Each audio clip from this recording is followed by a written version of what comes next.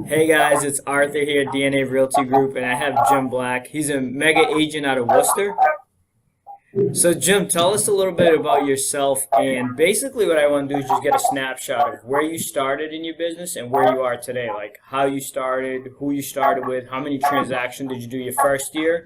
And then, actually, why don't you start with today and then we'll just go work our way backwards. Okay, perfect. So this year we just closed out the second quarter. So we're at 87 sides, and we're right around 17 million. No, actually, 19 million. Wow. 19 million, 87 sides in June. Excellent. So, you guys are tracking to do about 200 transactions. Yeah. So last year we were about 63 sides at the same point, and we did 143 sides last year. Wow. Excellent. And then the previous year? The previous year we did 85 sides. 85 sides. And did you have a team when you were doing 85 sides? So 85, there was me and one other agent, as well as a full-time administrative person who helped with listings, transaction coordination, everything like that. Excellent. So you had a pretty big business, and then before that, do you know how many deals you did? So the year before that, we did 56. 56. That was the same two agents. Same three agents. And before that? Two agents. Yep. The year before that, it was actually 50. Actually, the year before that was 40 sides. That was myself and one assistant. Wow. Okay, and then the year before that? 27 sides, and that was just me. And is that your first year you went off on your own? Yes. So I started on a team in those first 2 years. First year I did 6 sides, the second year I did 16. Okay, and that was on David Hill's team where you started as a buyer's agent. Correct. So your first deal, I was a lead buyer agent. you did 6 your first year, and now how many years later is this? So that would be, let me do the math here, 2010, 11, 12, 13, 14. So we're at year 7. So in 7 years, were you full-time when you started? So I was February 1st, I came on part-time, April 1st, I came on full-time. So it was mostly that. It was probably 9 months out of that year. Well, so in 7 years, you went from basically doing 6 transactions to this year, you're gonna blow away like 200. What does your team look like today compared to when you started? Like, paint us a picture of your team today.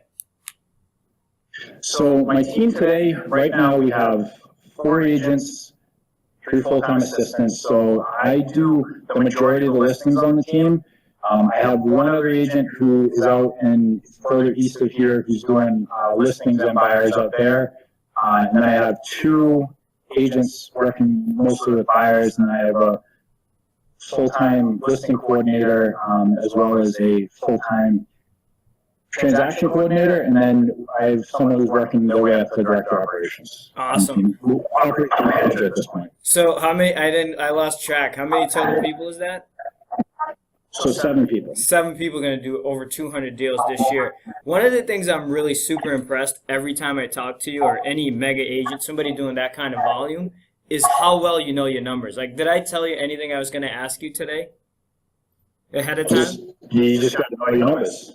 Right, and you just knew everything. You knew every single number as far as like 7 years ago, which is so impressive because a lot of times I talk to people that are not doing 50 transactions or more. They have no idea where their business came from, how many contacts they made, what they did last year, what are they on track to do this year. So that's pretty impressive.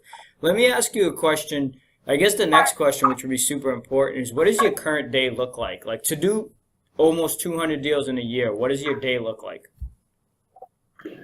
So I wish I could say it's as structured as I'd like it to be. I can tell you what my ideal day is coming in, blocking off my morning. Yep. I would say the last month or so, I've probably fallen victim to scheduling appointments in the morning or being so busy that I have nowhere else to do but schedule appointments to meet with people. So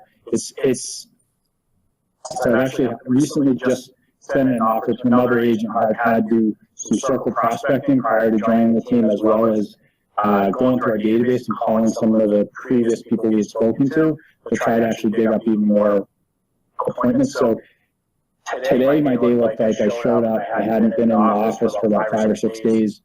I did come in and I made phone calls all morning. So you still, And then, typically what time do you get in the morning?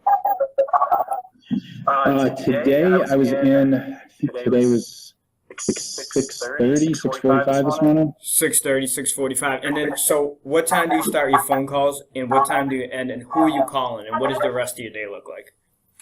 So right now, I've actually, agents on my team are now doing a lot of the for sale by owner and expired calls. Most of my stuff is relationship calls. Yep. I'm coming in the morning and I'm calling people that I know, I haven't spoken to in a while, and I'm just talking to them, and I'm getting business from those phone calls and those relationships. So some of it's follow-up, some of it's just people I haven't talked to in a while, which really, there's that fine line between whether it's follow-up or lead generation. And if we're reaching out to these people and asking for business, it is. Yeah, and I heard like the big money in real estate's made in lead gen and the real big money is made in the lead follow-up. So if all your calls are lead follow-ups, that's great. So my question to you is, are you focusing on contacts or hours called? And if so, how much are you doing of that every morning? So I would say I'm more focused on the time block. Lately, I haven't been able to get through all the calls I intend to make. Okay. And typically, how many people do you talk to a day?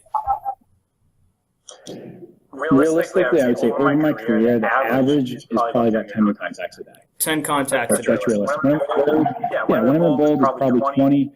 If I'm calling circle prospecting or calling expired or sale by owners, it's much higher. Yep. But when I'm doing the relationship calls, I mean, I'm going to be on the phone with the people for a while. So you're coming in, you're doing about 10 conversations a day. And let's role play this real quick because I want people to know what this sounds like. But before we role play it, I got a quick question for you. How big is that database? Like, how many contacts do you have? And what is the actual system you're using to keep those people in there? Yeah, so it's about, I want to say it's about 2,100 people in there. Okay. I would say that it's probably not a perfect system. We're using Seize the Market's the system we're using. What's it called? Seize the Market. Seize the Market, okay. So that's the database management tool. Yep. Yeah, so it has things, it has a dialer in there, it has, it has the ability to get for sale by owners and expired numbers in there. I haven't really utilized those so much. Yep. But it's about 2,100 people, and we're calling them on a regular basis. I mean, I wouldn't say it's a perfect system. I mean, really, when I started out, it was just, you call someone, after you talk to them, you put a note as to when you can call them again, and then you call them again. And if you don't have a reason to call them again, you delete them. Yeah. I love the fact that you're so honest in saying that it's not a perfect system and your days aren't always perfect, because a lot of times we'll go to like Bold or we talk to an agent and it seems like they're so perfect. People get caught up. They're like, how can I be like that? And you're saying like, I don't do everything perfect. I just do it and I do it enough and I get a result. Right. So yeah, I shoot towards that idea. I know what the ideal is to make those 2 to 3 hours of phone calls every morning, schedule all my appointments in the afternoon, and I tried, using that word from Bold, try. I attempted to actually put that into my schedule that way, and it got so crazy that I didn't follow it. So I found for me, I do block off a period of time every morning, and if I, for some reason, book an appointment, I'll book different time in the day. Maybe I'm making phone calls. Like when we get off the phone today, I'm going back to my desk and I'm making phone calls. Me too. You know what stood out for me was one time, I don't know if you remember this, you and I had taken Bold together with Mark Richard, or I think it was in Andover, and I love that you travel to take Bold. And there was a section where they stand up and like, know your numbers. And I stood up, I'm like, yeah, I know my numbers. And they're like, how many contacts are you making to get an appointment? And it was like 200, because we're calling like expireds, FSBO, circle dialing. And I thought that was good for those sources. And then you stood up and you're like, I'm getting one appointment for every 10 people I talk to. And then I thought, I must be doing the wrong thing. So that was very interesting. And we actually, ever since you and I were role playing, I actually started calling my database and doing what you kind of taught me to do. And my business has went through the roof in the sense of it's easier, it's better, and, people just refer you. It's easy. So let's role play that call. Like, just pick an idea. Like, you call me either a past client or somebody you haven't talked to in a while. So. Ring. Hello, this is Arthur. Hey, Arthur. Jim Black, A&M Real Estate. How are you doing today? I'm doing excellent. How are you, Jim? Good. I was just calling to check in. It's been about 6 months since you closed on your house, and I really just wanted to check in and see how are things going with the house. Things are excellent. I can't really complain. Awesome.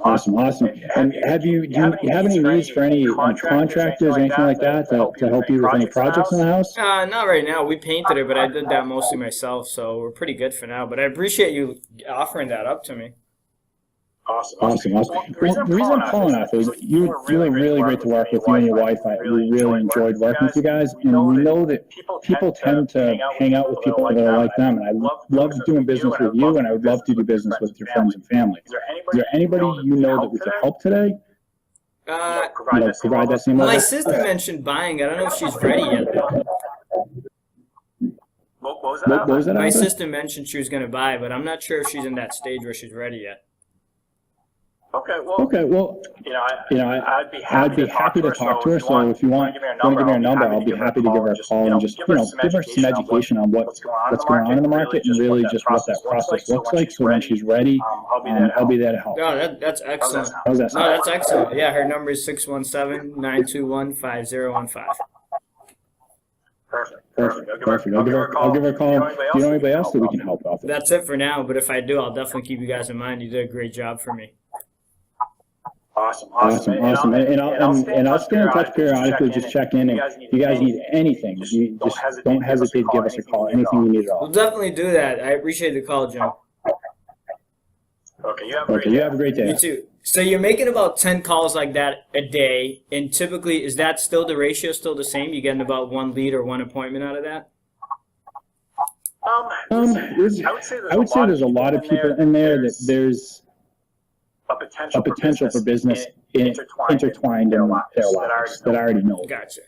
So a lot of it is as basic as that. But that phone call, what that leads to is that phone call a month down the road or 2 weeks down the road. Oh, I just ran into somebody at the supermarket that wants to sell their house, and I just told them about you. Something like that. So it's really what it leads to, and it leads to, and I'm not hounding people, I'm not harassing people, I'm really just calling to help, and I'm offering help before I ask for anything. I'm not really asking for something, I'm actually asking how I can help their friends and family. I want to make sure that they have that same experience, because if they have a bad real estate experience, because they didn't hire me, because I didn't call them, that's my fault. Yeah, super nonchalant, non-threatening, easy call. So two things I want to really cover on this too is a lot of times you see people dive into strategy, a lot of times they dive into mindset. But what I want to cover is both mindset and strategy. So as a mega agent, somebody who has a pretty big team or a huge business, I wonder, like, what do you think every day? How do you think? I'm sure you still have challenges just like anybody else, but like, what's your mindset on a daily basis? What are you focusing on, and how are you thinking about your goals? I think the biggest thing is I need to, we talked about this before, I need to start my day early. So I can show up and not to just jump into the day. I need to do some prayer, some meditation, slow down before I speed up. What time does that start typically? What time are you waking up? Today was early. Today was like 3:45, not intentionally, but typically it's about 4. Typically on a normal work day, it's like 4. Yeah, you're a stud. I thought I was the man waking up at 5, but clearly I'm not. So what are you doing at 4:30 till you come into the office, which is typally when? So I'm in the office. Typically it's like 7:30. I was in early today because I started the day early. But typically, I'm up, I'm showered, I'm praying, I'm meditating. That's like up until 5. Yeah. In the past, I used the 5 to 6 a.m. for a lot of business planning. Unfortunately, our business is getting really busy, and I find myself between 5 and 6 actually working, emailing, stuff like that. So I'm working on blocking that time up again and protecting it. Once you don't protect that time, you start throwing out other stuff. Then spending time with the kids for about an hour, and then drop them off at daycare or school or whatever, and then I head to the office. I love that, because I actually teach this to a lot of the clients we coach, and I tell them, like, the morning ritual is so critical that you build yourself up, before you go out there and start doing business, and it seems like you're doing that. So that's great, and that's a huge one. You already covered what your day typically looks like from there. I think it sounds like the most important part is you're making calls till about noon?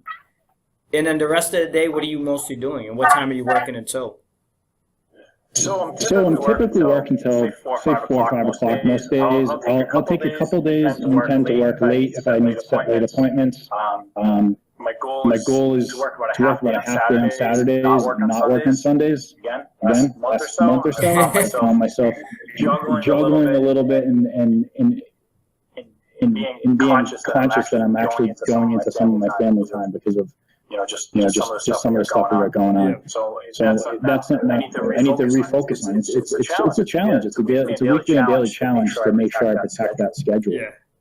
But that's if I don't have appointments, like I said, I just have an appointment rescheduled for tomorrow. So I'm going to be here till 4 or 5 o'clock. It's about 1:20 now. So when we're done with this call, I'm going to go in.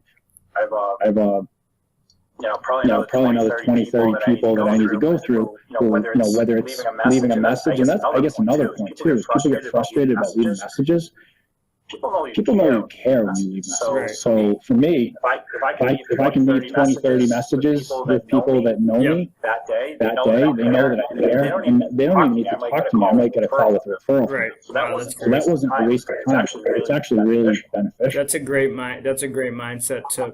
So let's jump back into the numbers, because somebody doing, like, you just did 80 deals in basically 87 deals in 6 months. Most people don't do that in a year. So my question to you is, do you know where that business came from? Or you could even take your whole year and tell me, like, what percentage was referral, expireds, FSBOs, all that stuff. So I can give you last year's. I don't have the numbers, but I would say they're probably pretty similar. So last year, 75% of our business was past clients, referrals, or agent referrals. So 107 of our 143 was some type of referral or past client. And this year is similar. So really, it's the times are good right now. I do get a lot of incoming phone calls and things like that. However, I do have to make sure I'm following up with those people and staying in touch with them. But there's a lot of that, which sometimes is scary because I can't get out and get the new stuff because I don't have the time to get the new stuff. Because that we talked about expireds and for sale by owners, and you build your database. Those are some of the best people I have are those past clients that are expired and for sale by owners, because you did something somebody else couldn't. Oh wow! So you got them. You sold them a house and they were expired listing. You sold it, and now they're in your database and they're referring you and they're repeat clients.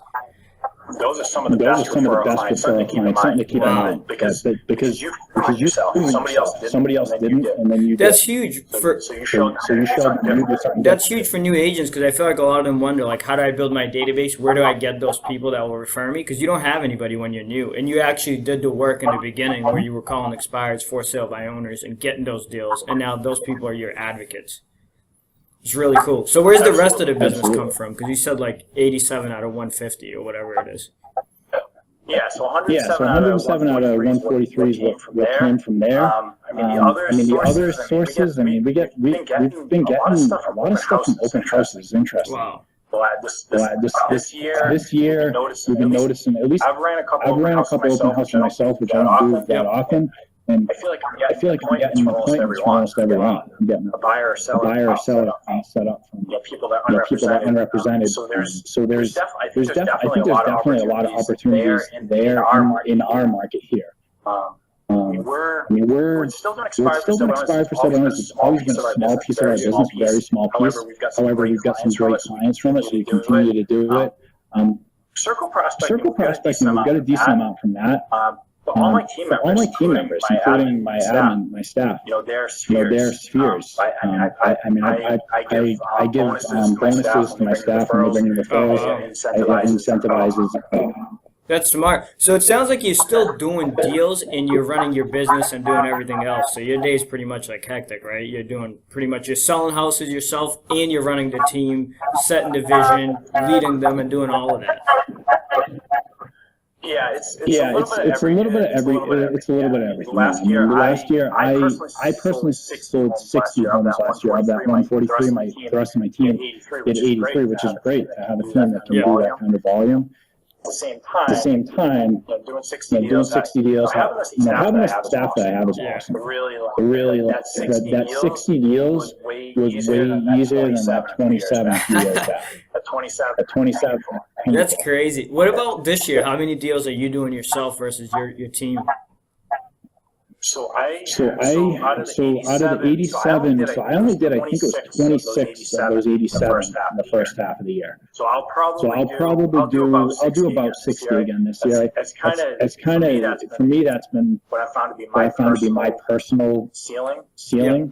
With able to run the business, plan the business, envision where we're going, and stuff like that. It really, 60 is that magic number. After that, I start sacrificing my life. Great. I got a question. This one actually comes from my brother, right? So this was his question. You have an agent who does okay, kind of like your second year, right? They say they did like 25 deals or something. So this year, 2017, they call you up and they say, hey, Jim, my goal was 50 deals, 60 deals, whatever it was for this year. It's now halftime, and I only did 10. What am I supposed to do? What am I supposed to do? So you're giving advice to that newer agent or seasoned agent, and what would you tell them? Like, what adjustments to make? Typically there's plenty of business to be had. So the adjustment has to be. It's almost always time blocking. It's almost always. I mean, if they did those 10 deals, I wouldn't be surprised if they were running around, with those 10 deals, or maybe running around with people that maybe they weren't qualifying and they were, maybe had 30 clients and only those 10 deals. It's tough to say cut and dry. I would say it's either probably going to be a pre-qualification thing where they're running around with the wrong people, or they might be doing tasks they didn't need to do. If they're on my team, a lot of that stuff should be taken off their plate, and they